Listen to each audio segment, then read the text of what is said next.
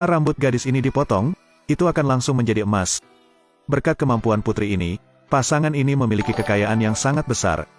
Tapi Nida tidak tahu apa-apa tentang ini, bahkan lebih tidak menyangka dia dicuri oleh mereka berdua. Ibu Nida, Rane, sangat baik. Hari itu dia bertemu dengan seorang wanita tua yang kelaparan.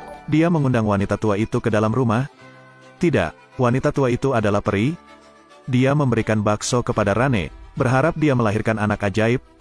Rane mengira itu hanya kata-kata sopan, jadi dia memakannya dan berterima kasih padanya. Tapi wanita tua itu tidak terlihat. Tidak lama kemudian Rane hamil lagi. Dia melahirkan seorang bayi perempuan. Safika datang berkunjung, tepat saat Rane pergi. Safika memotong rambut bayinya. Tapi dia menemukan itu berubah menjadi emas. Penasaran, dia mengambilnya untuk dinilai, dan itu adalah emas asli. Keesokan harinya, saat pesta ulang tahun Nida, Safika memotong kabel listrik. Di malam hari, bawa bayinya pergi. Saat Rane bereaksi, bayinya sudah hilang. Safika berpura-pura menghiburnya. Dia pulang dan langsung memotong rambut Nida. Tapi rambutnya tiba-tiba rontok. Safika sangat marah. Rambut Nida mulai tumbuh, bahkan menyerang mereka. Mereka bersembunyi di sudut. Nida melihat ke meja. Tiba-tiba Safika menyadari bahwa Nida lapar. Dia memegang botol susu dan menyuapi Nida. Rambut Nida sudah terkumpul. Melihat Nida diam, Safika kembali memotong rambutnya. Kali ini berubah menjadi emas murni. Safika sangat gembira. Dia mengajak Nida kabur di malam hari, ke tempat yang tak seorang pun tahu. Rane sekarang mencari putrinya, tetapi tidak dapat menemukan petunjuk apapun. Nida tumbuh dewasa, dan Safika juga mengetahui rahasia rambutnya. Jika Nida sakit atau sedih, rambutnya akan dipotong. Jika dia marah, rambutnya akan menjadi senjata. Karena setiap helai rambut Nida berubah menjadi emas, mereka mencoba yang terbaik untuk menghibur Nida. Karena agar Nida tetap sehat, semua makanan harus bersih dan segar. Karena membuat Nida selalu ceria, mereka mengundang seorang pengasuh dan membeli burung beo yang bisa berbicara. Namun kehidupan kurungan yang begitu lama membuatnya penasaran dengan dunia luar. Seiring bertambahnya usia Nida, dia juga semakin sulit dihadapi. Untuk membuatnya bahagia, Safika baru saja setuju untuk membawanya kembali ke ibu kota. Ini adalah kunjungan pertama Nida dalam 18 tahun. Namun keduanya mengalami masalah. Nida sangat bersemangat. Namun burung beo yang dia pelihara terbang menjauh. Nida bergegas mengejar. Burung beo itu diambil oleh seorang pria. Nida pertama kali bertemu dengan laki-laki seusianya. Dia tertarik. Tapi Safika memimpin grup. Dia menegur Nida karena berlarian. Jirayu memberikan uang kepada Mario. Kemudian mereka menyeret Nida pergi. Tetapi dia tidak mau. Keesokan harinya rumahnya merekrut pengawal. Diminta menjadi jelek. Mario menyamar sebagai jelek, tidak ada yang mengenalinya. Safika memutuskan untuk mempertahankannya. Saat ini, Mario tahu bahwa dia akan menjadi pengawal Nida. Tapi romansa dalam fantasi tidak ada. Tugas utama Mario adalah mengikutinya.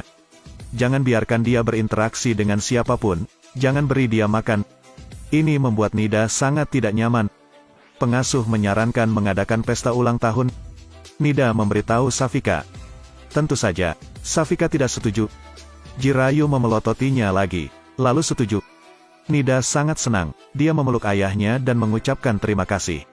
Safika marah dan bertanya mengapa dia melakukan ini. Jirayu mengatakan bahwa Nida sudah dewasa. Saatnya membicarakan rambutnya. Tapi Safika tidak setuju, dia takut Nida akan berbalik melawan dirinya sendiri. Jirayu mengatakan Nida sudah menganggap mereka sebagai orang tua kandung, tidak akan ada masalah. Tapi Safika sangat konsisten. Di matanya hanya ada emas. Dia tidak ingin ada masalah. Tapi masalah dengan cepat datang. Keesokan harinya dia pergi ke salon rambut dan bertemu dengan Rane. Safika langsung bingung. Dia membuat alasan dan pergi. Tapi dia lupa kartu kreditnya di toko. Secara kebetulan, toko ini dijalankan oleh Rane. Safika baru saja membuat kartu keanggotaan, dan meninggalkan nomor telepon dan alamatnya. Rane dan rekan-rekannya memutuskan untuk pergi ke rumah untuk mencari Safika untuk memberinya kejutan.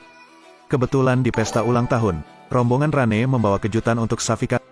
Peri mengelus perut wanita itu, rambut bayinya bisa langsung berubah menjadi emas. Teman serakah itu membawa bayi itu pergi. Bertahun-tahun kemudian mereka bertemu lagi.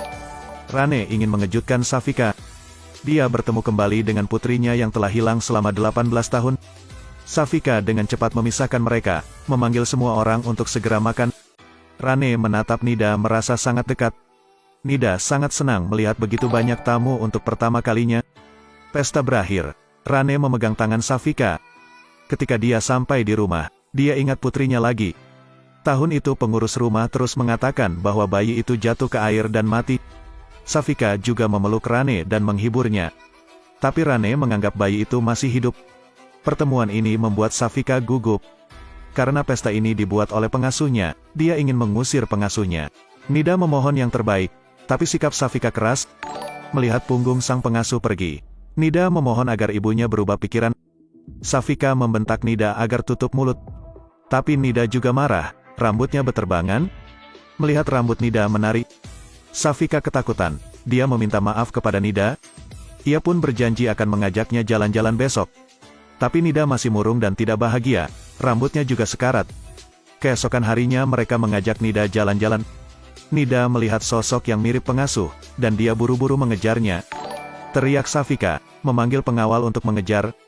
Tapi ada begitu banyak orang di sini, dan dalam sekejap Nida menghilang. Nida mengejar ke jalan tetapi menemukan bahwa dia salah. Dia berkeliaran di jalanan.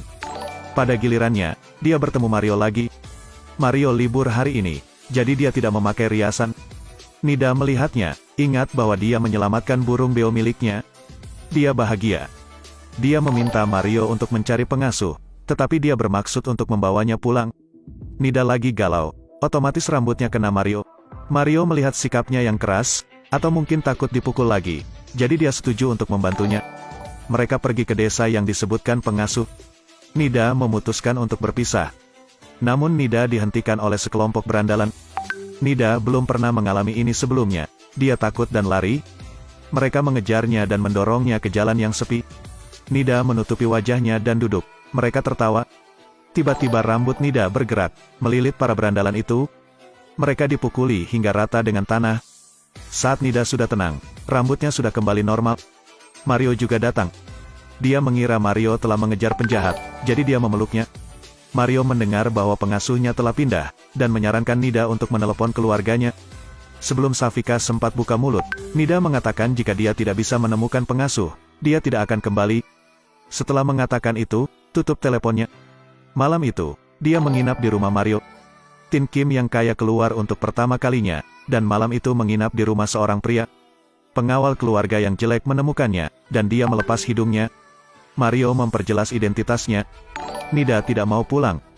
Melihat air mata Nida seperti hujan, Mario setuju dengannya. Keesokan harinya mereka pergi ke mall dan bertemu dengan pengasuh di sini. Nida bergegas memeluknya. Ternyata setelah pengasuhnya diusir, Rane dibawa masuk. Terima kasih Nida tak henti-hentinya. Rane mengingat putrinya. Dia mengeluarkan foto itu untuk dilihat semua orang. Nida belum pernah melihat foto dirinya saat kecil. Ibu dan anak itu tidak saling mengenal. Rane membawa Nida pulang. Dia menyarankan Safika agar Nida lebih bebas. Tapi Safika melakukan perbuatan buruk. Dia bilang dia ingin melindungi Nida. Untuk tidak kehilangan anak-anaknya seperti Rane. Semua orang sangat terkejut. Tapi Rane bilang dia tidak akan menyerah. Akan menemukan putrinya. Kekejaman Safika bahkan suaminya tidak bisa terima. Dia menasihatinya untuk tidak terlalu ketat. Safika mengejeknya, apakah kamu tidak menginginkan uang? Tapi Jirayu berkata, tahun itu dia membantunya menculik Nida karena dia mencintainya. Safika sangat senang. Besoknya Nida bilang mau keluar sendiri. Safika mau protes tapi Nida bilang mau bawa bodyguard. Jirayu berkata untuk membantu Nida. Safika setuju saja. Tapi sebelum pergi, dia harus membenahi rambut Nida. Melihatnya berubah menjadi emas, Safika dengan senang hati memeluk Nida dan berkata bahwa dia mencintainya. Nida tidak ragu, tapi Jirayu melihat itu dan hanya bisa menghela nafas. Bisa keluar dan bermain bersama Mario membuat Nida sangat senang. Hari itu adalah hari Valentine. Di malam hari, di bawah lampu mereka menari bersama. Nida memejamkan mata, Mario pun mendekat. Tetapi pada saat genting musik berhenti, keduanya terkejut. Mario membawanya pulang. Nida masih menyimpan perasaan tadi. Dia menempel pada pengasuh. Pengasuhnya kaget. Dia yakin Nida sudah jatuh cinta. Nida tidak mengerti. Bertanya apakah ini hal yang buruk. Pengasuh mengatakan itu tidak buruk. Tapi akan merepotkan untuk memberitahu ibumu. Saat ini Safika sedang menguping di luar pintu. Keesokan harinya dia mengikuti Nida untuk mencari rumah Mario. Safika tidak menyadari bahwa Mario adalah pengawalnya. Ketika dia sampai di rumah, dia membuat panggilan telepon, pekerjakan seseorang untuk menyakiti Mario, masukkan dia ke penjara. Jirayu menganggap Safika terlalu berlebihan. Mereka akan meninggalkan ibu kota, memenjarakan Mario adalah hal yang berlebihan. Tapi Safika mengatakan dia tidak akan membiarkan Mario, tidak akan membiarkan siapapun mencuri Nida. Semuanya didengar oleh Nida. Dia bertanya pada Safika mengapa memasukkan Mario ke penjara. Tidak bisakah dia memiliki kebebasan dan cinta? Safika berteriak padanya untuk menurut. Pergi ke kamarnya. Nida tak kuasa menahannya lagi. Amarah datang. Rambutnya melilit furnitur di rumah dan menghancurkannya berkeping-keping. Saat ini, Rane membawa hadiah. Pemandangan di depannya mengejutkannya.